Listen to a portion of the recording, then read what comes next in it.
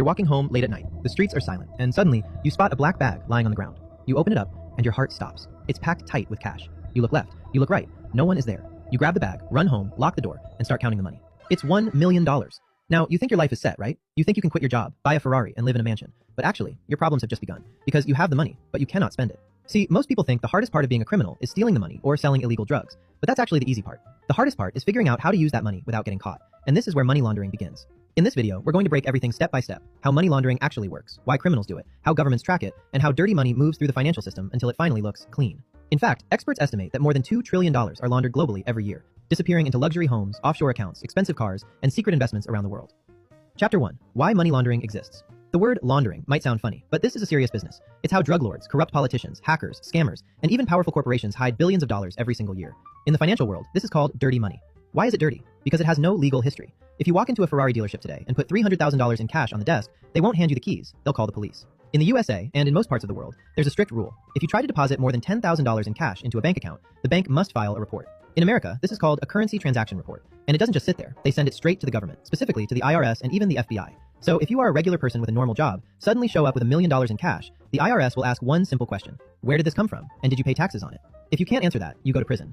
So illegal money is basically radioactive. Criminals can't touch it without getting caught. This is where criminals use money laundering. The definition is simple. Money laundering is the process of taking dirty money and cleaning it so it looks like legitimate money. Chapter 2. Real story behind the term laundering.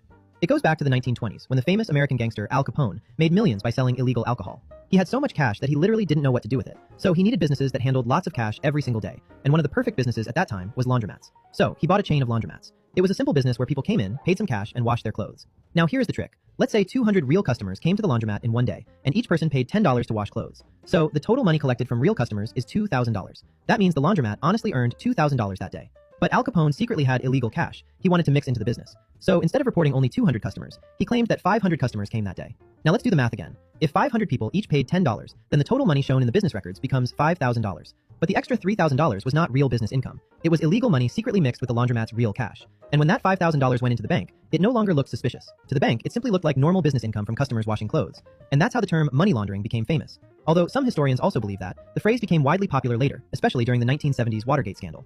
But today, money laundering usually doesn't involve actual laundromats anymore. Modern criminals may use fake companies, casinos, luxury real estate, offshore bank accounts, and even cryptocurrencies. But the core idea is still the same. Take dirty money, move it through layers of transactions, and bring it back looking clean, legal, and safe to spend.